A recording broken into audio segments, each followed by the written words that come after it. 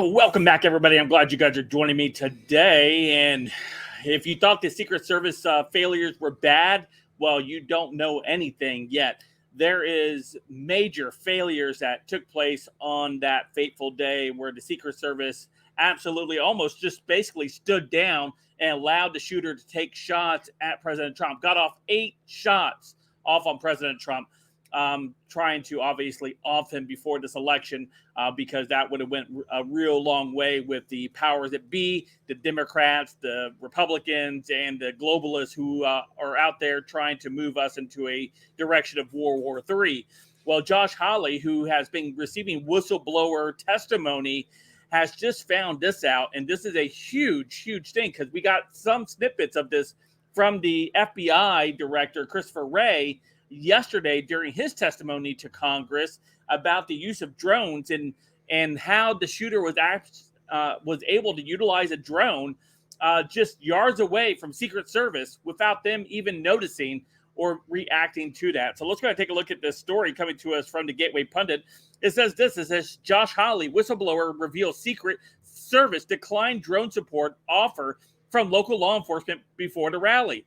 Hawley has sent a letter to Secretary Alejandro Mayorkas of the Department of Homeland Security, highlighting new allegations from the whistleblower regarding the security measures taken at former President Trump's rally in Butler, Pennsylvania on July 13, 2024. In his letter, he says, Dear Secretary, since I last wrote you on July 22nd, my office has received new whistleblower allegations that further call into question your department's preparations. The American people deserve answers about your historic failure to protect former President Trump on July 13, 2024. According to the FBI Director Christopher Wray's recent testimony in Congress, the assailant used a drone to survey the rally site in preparation of his attack. Christopher Wray said this. He said, Crooks flew a drone around the rally area at 4 p.m. for 11 minutes.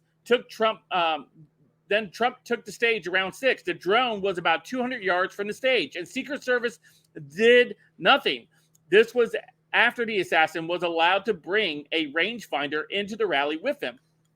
If you've never been to a rally before, you cannot be 200 yards and not be noticed by any type of security around those Trump rallies. I've been to plenty in my time. I know from experience that you cannot do that. This security at this event in Butler was so lax. It's probably the most lax security that Trump has ever seen at any of his rallies. It says it raises the essential questions is why the U.S. Secret Service using its own drones, according to Hawley. The whistleblower alleges the Secret Service repeatedly declined offers from local law enforcement to utilize drone technology to secure the rally. They claimed that after the shooting took place, Secret Service reversed course and requested local law enforcement to deploy their drone technology to surveil and cite the aftermath of the attack. According to one whistleblower, the night before the rally, the U.S. Secret Service repeatedly denied offers from local law enforcement partners to utilize drone technology to secure the rally. This means that the technology was both available to Secret Service and able to deploy and secure the site. Secret Service said no. The whistleblower further alleges that after the shooting took place, Secret Service changed course and asked the local partner to deploy the drone technology to surveil the site in the aftermath of the attack. It's hard to understand why Secret Service would decline to use drones when they were offered, particularly given the fact that Secret Service permitted the shooter to overfly the rally area with his own drone mere hours before the event. The complaint further alleges that failure to deploy drone technology is all more concerning since, according to the whistleblower, the drone Secret Service was offered had the capability not only to identify active shooters, but also to help neutralize them.